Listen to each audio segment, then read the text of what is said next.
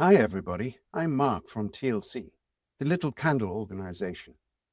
In our previous videos, we have looked inwards at our own hearts, at loving ourselves first, and then being at the lighthouse, shining our love out into the world. Today we journey back inward briefly, but this time not to our hearts, but to our minds and our thoughts. Dr. Wayne Dyer once said, "When you change the way you look at things, the things you look at will change." It's more than a clever turn of phrase.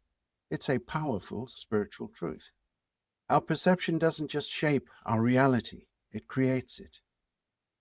Let me share a story that beautifully illustrates this principle. A spiritual teacher told me about her experience at a shared horse facility. There was a man whose rough handling of the animals filled her with anger and distress. Day after day, she found herself consumed with frustration, replaying his actions in her mind, building stories of blame and injustice. It was driving her completely and absolutely mad. Then one day, her inner wisdom asked her a simple question. "What do you want?" Her answer was immediate. "I want him to be kind. I want him to be loving." The response from her inner self stopped her in her tracks. "So why are you being unkind to him in your thoughts?"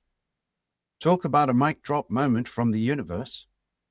She realized she'd become exactly what she was resisting. While desiring kindness and compassion, she was radiating judgment and condemnation. Her outer world wasn't shifting because her inner world was stuck in a rather unpleasant loop.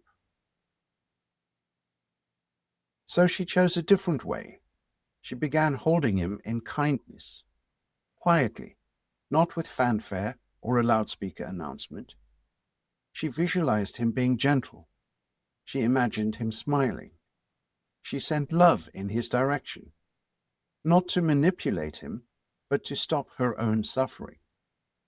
And slowly, the outer began to reflect the inner. She watched him soften. He slowed down with the horses. He offered them affection. One day, she greeted him kindly, and he smiled back. The energy shifted.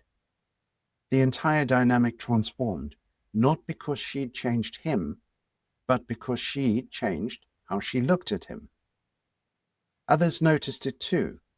The man who once drew complaints was now spoken of with warmth. But the most significant change happened within her. Her world expanded the moment she chose love over criticism. This story isn't really about horses or difficult people. It's about us and the immense creative power we carry every single day. The energy we hold becomes the world we experience. When we hold anger, we build walls. When we hold love, we open doors. If we want more kindness in our world, we must radiate kindness. If we want more peace, we must become that peace. Here's your gentle homework. Notice this week when you're caught in a loop of frustration or judgment about someone. Instead of feeding that energy, try this experiment. Hold them in kindness, even if it's just in your thoughts. You're not excusing bad behavior or becoming a doormat. Though, let's be honest, some people do make it remarkably challenging to send loving thoughts their way. You're simply choosing to create a different world through your perception. Because here's what I'm learning. The world you long for may already be within reach, if only you change the way you look at it. In our next episode, we'll explore the tender theme of forgiveness, the sacred act that frees us from cycles of pain and blame. When we talk about love, presence, and what it means to be truly here for one another, we often forget how deeply this extends to our animal companions too. They are not just pets, they're part of our soul's journey.